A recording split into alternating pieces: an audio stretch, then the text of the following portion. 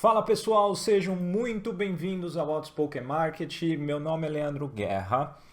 No vídeo de hoje, que é o nosso segundo sobre os conceitos de séries temporais, lembrando que lá no primeiro eu falei sobre tendência e sazonalidade e apresentei os conceitos de série temporal de um modo geral. Hoje eu faço uma coisa muito bacana, usando aqui mesmo o Excel, para provar que você, com um conhecimento, vamos dizer assim, básico, é capaz de fazer coisas maravilhosas. Por quê? No vídeo de hoje eu vou falar sobre estacionariedade. E a gente vai entrar na definição, o que é, o porquê que a gente precisa saber, e vou mostrar como você faz estacionariedade, ou o teste de estacionariedade de uma série aqui dentro no Excel, utilizando o teste de Dickey-Fuller, que, se você for pesquisar na internet, vai, parecer muito complexo, 2, vai parecer que você tem que comprar algum plugin para o Excel, de vários que são vendidos, ou comprar alguma planilha. Não, cara, não. Fica aqui comigo que você vai aprender hoje. Eu vou te passar literalmente a receita do bolo para você fazer isso. Então, lembrando os conceitos, tá, que eu mostrei para vocês, né? Deixa eu deixar aqui o zoom melhor, que a gente fez no primeiro vídeo de séries temporais. O que eu tinha? Eu tinha uma série do índice Bovespa, tá? E justamente nessa série do índice Bovespa a gente calculou ali o retorno, uma média móvel, e eu tinha feito uma coisa. Quando eu estava explicando o que era tendência e sazonalidade, uma das coisas que eu mostrei que você pode fazer para remover a tendência é, por exemplo, subtrair daquele índice a média, certo? E nós chegamos com essa coluna F aqui, que é o Ibovespa No Trend, do jeito que eu tinha chamado.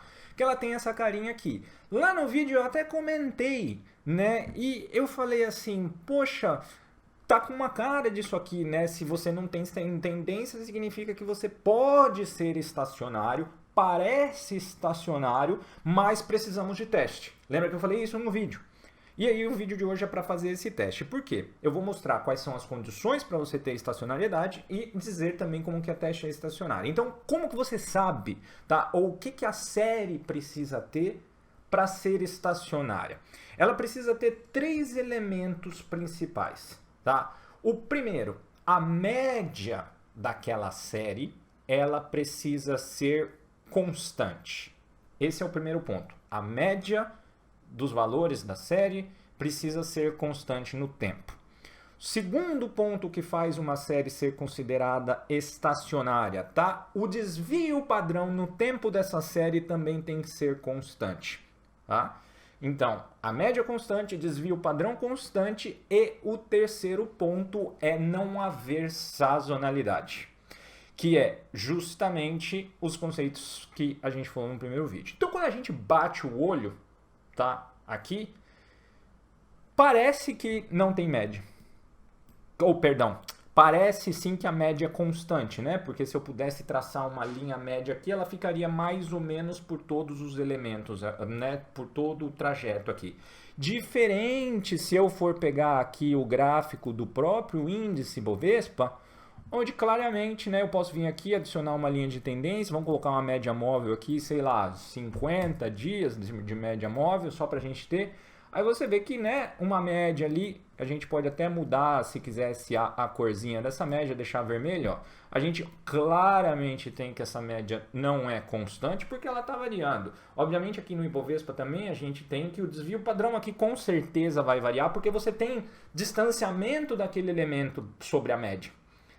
E aí, o terceiro ponto é não haver sazonalidade. Porra, né? Tá claro que isso aqui tem sazonalidade. Tem hora que sobe, tem hora que desce, né? Num período específico de tempo. Então deve ter sim alguma sazonalidade. Diferentemente desse Ibovespa No Trend. Ou seja, o teste que nós fizemos parece que funcionou. Mas agora a gente precisa fazer a prova, né? Estatisticamente. Por quê? Para eu testar que uma série é estacionária, eu posso bater o olho, não é muito correto, né? Na verdade não é nada correto, porque eu posso dizer, mas às vezes tem algum período de tempo que não é a melhor maneira. Então o que eu vou usar? vou usar o famoso teste de DK Fuller. E aí você já deve ter ouvido falar isso e você fala, puta, Leandro, eu não entendo nada de matemática, cara. Respira, respira, presta atenção, me segue a partir de agora, que a sua vida muda a partir daqui, esse entendimento muda a partir daqui. Aproveita, se está gostando do vídeo, se inscreve, deixa o seu like, já sabe, pessoal, deixa o comentário, eu respondo, deixe dúvida, ajude o canal, porque eu sou cientista dos dados, o algoritmo do YouTube funciona da seguinte forma: se o vídeo tem interação, significa que as pessoas gostam do vídeo, se as pessoas gostam do vídeo, o YouTube tenta mostrar para outras pessoas que podem gostar do vídeo, e aí vira uma bola de neve. Me ajuda e ajuda outras pessoas também no canal, beleza? Então, para o teste de DK Fuller, tá aqui uma receitinha, cara, que você precisa disso aqui, ó. Você precisa disso aqui, tá? Essa tabela, né, como toda planilha, como todo conteúdo do Outspoken Market que eu ponho aqui no YouTube, está disponível para você fazer o download. Se você vê isso daqui ser vendido em algum lugar, rejeite, me avise, porque isso daqui, né, obviamente, você acha em qualquer lugar na internet, mas a minha planilha, do jeito que eu montei e peguei a informação aqui, ela é gratuita, tá? Livre uso, sem precisar pagar nada. Como você vai fazer o teste de DK Fuller, tá? Você vai fazer o teste tendo que rodar a seguinte regressão. Não é difícil, tá, pessoal? Não se assuste com isso daqui. Você vai ter que rodar a seguinte regressão. Você vai fazer o Y, tá? Que é a sua série. Então, o Y é a sua série, tá? Então, qual que é a minha série aqui? A minha série é o Ibovespa No Trend, porque eu removi a média dizendo que talvez ela ficasse estacionária, agora eu tenho que fazer o teste, tá? Então, esse carinha aqui que eu vou deixar de azul é quem eu tô querendo testar. Vou pegar um azul um pouco mais claro aqui, tá bom? Então, esse cara aqui, Y, é a minha série. Então, o teste de DK Fuller ele vai ser feito da seguinte forma. Eu vou pegar o elemento de hoje, T, menos o elemento de ontem, T menos 1, ou o elemento presente agora e o elemento anterior, dependendo se não tem a referência hoje ou antes, mas é o elemento presente menos o elemento anterior. Isso é um delta T. Ué, a diferença, delta, diferença. E aí eu vou rodar essa regressão aqui, onde eu vou ter alfa 0 mais alfa 1 vezes o elemento de ontem, ó, yt menos 1, mais o erro. Isso daqui é uma regressão linear. Isso daqui você viu na escola. A, x, tá? A vezes x mais b. A diferença é que aqui está alfa 1, aqui está alfa 0 ao invés de b, e aqui tem o errinho da regressão, que é o resíduo e etc. É a mesma coisa que você viu no colegial, tá? A mesma coisa. E o y é o delta t. Ué, a diferença, tá? E aí você vai fazer o seguinte, você vai, no teste de DK Fuller, o que você está fazendo? Você está testando a hipótese de que alfa 1 é igual a 0, tá? Como alternativa, a hipótese alternativa é que alfa 1 é menor que 0. Então, o que significa? Significa que se alfa 1 for igual a 0, tá? Eu vou ter uma raiz unitária, tá? E aí isso não é o objetivo desse vídeo explicar esse conceito. O que importa é, se você fizer o teste de DK Fuller, se você não puder rejeitar a hipótese, dizemos que o processo tem uma raiz unitária. E se ele tem a raiz unitária, significa que ele não é estacionário. Tá? Esse é o grande ponto. Então, se não pudermos rejeitar a hipótese, qualquer hipótese, estou testando para alfa 1 igual a 0.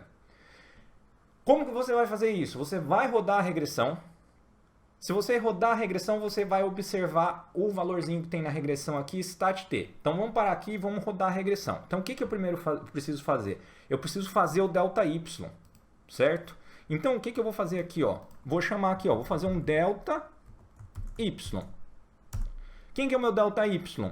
Ora, o meu delta y é o y de agora menos o y anterior, tá? Quem que é o nosso y? É o Ibovespa no Trend. Vamos colocar esse carinha aqui, ó, só para você ter a referência, que é o nosso y. Tá? Então, o delta y, no primeiro dia eu não tenho o valor do dia anterior, então eu vou ignorar, vou pôr um 0.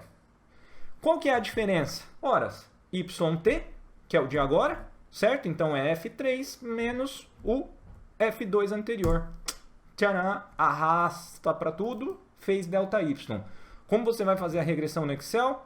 Você vai em dados, análise de dados, aí você vai em regressão, clica OK, e aí vai abrir essa caixinha aqui. Eu já tinha rodado isso antes, por isso que ele já está meio preenchido, mas não se preocupe, eu vou preencher com você. Então, o que você precisa fazer? Lembra, ΔY é o seu intervalo Y. Então, quando está escrito aqui na caixinha intervalo Y de entrada, você vai colocar o ΔT. Começa no G3, porque o G2 eu tenho 0, porque eu não tinha informação anterior a essa daqui, certo? Então, começo no G3, vou até um número qualquer aqui, 280, estou só fazendo um teste, eu posso até colocar mais, vamos colocar aqui, ó, 1000, tá bom? Vou colocar 1000. Qual que é o intervalo, tá, que eu vou ter de X? Ora, a gente viu ali, tá? A gente viu aqui que o intervalo era YT-1. Então, eu tenho que pegar um lag ali. Espera aí que ele zoou aqui o meu Y de entrada. Vamos lá aqui, eu tinha colocado do G, tá, até 1000. O intervalo de entrada ele vai ser o meu F, tá, que eu vou ter ali, e aí ele vai ser, né, obviamente deslocado. Então eu vou começar no 2, que eu tenho um lag daquilo ali, tá, e ele vai até 999. Coloco aqui o nível de confiança 95%, coloco para ter o meu intervalo da regressão aqui numa célula qualquer, ou você pode colocar nova planilha, mas eu gosto de colocar em uma célula no mesmo lugar aqui para eu poder ver, tá? Vou colocar inclusive na M1 aqui e dou um OK. O que eu vou ter aqui? Cancela esse gráfico porque a gente já não precisa ter. E eu vou ter a nossa regressão. O que eu estou procurando aqui na regressão? Tá? Eu estou procurando o T-stat. Então, ó, stat T. Tá esse cara aqui, ó. Ele que eu estou procurando aqui na regressão. Tá? E aí eu quero olhar o valor dele aqui, ó. Da variável x1, que é a minha variável, né? Que eu estou querendo testar. Que é justamente o cara que eu coloquei ali. Que é o alfa 1. Então, eu quero olhar esse cara aqui. Então, achei o número que eu quero. Vou até copiar aqui, ó, menos 7.7101. Vou colocar esse cara aqui, para a gente lembrar muito bem dele. Então, o terceiro passo que a gente estava é, observe o stat T e faça a comparação com a tabela de Dickey-Fuller, que a tabela está aqui, tá? Que são os valores críticos para você fazer o teste. O que você vai ter aqui? Eu tenho um valor, tá, de amostra bem grande. Então, ele se aproveita, então eu posso ter, quando eu tiver mais ou menos 25 registros, que são a quantidade de linhas na minha tabela, tá? Eu vou olhar para essa coluna aqui. Quando eu tiver 50 aqui, quando eu tiver 100 aqui, se eu tiver muito maior do que 100, eu vou olhar essa última aqui. Ora, eu tenho muito maior do que 100, tá? Porque eu tenho 1000. Então, eu vou olhar essa última coluna aqui. Ponto pacífico. Ah, Leandro, eu vou esquecer. Vamos colocar aqui então, cara. Você vai esquecer? Vamos marcar aqui, ó. Você precisa desse cidadão aqui. Vamos tirar o preenchimento, colocar uma linha grossa. Aí você vai memorizar esse negócio. Você vai olhar essa zona aqui, tá? Como o nosso modelo tem uma constante, tá? Em teoria ele não tem tendência, nós vamos olhar esse trecho aqui, tá bom? E aí nós vamos olhar os valores críticos. Eu quero ser extremamente crítico. Então eu vou olhar aqui, ó, um valor crítico, tá? Daquela comparação que eu preciso fazer com o stat T na casa dos 2%. Aí o que eu olho? Se o stat T que eu peguei lá, a estatística T, ela for maior que o valor crítico da tabela no nível de desejado, então eu estou pegando aqui o meu nível desejado é 2%, então eu vou olhar aqui menos 3,43. Se o meu stat T for maior do que 3,43, eu não posso rejeitar aquela hipótese que o processo tenha a raiz unitária, tá? Então eu tenho, se o meu, né, teste T for maior do que esse cara, tá bom? O meu processo, a minha série não é estacionário. Se o stat T for menor que o valor crítico daquela tabela, ou seja, menos 0,771 é menor que o menos 3,43, opa, Leandro, logo eu rejeito a hipótese de que o processo tem uma raiz unitária e, nesse caso, o processo é estacionário. Tá feito. Tá feito. Fim da história. Usando o Excel, você fez o teste de Dickey-Fuller. Não é assim automatizado, né? Mas você usou aqui, ó, o raciocínio.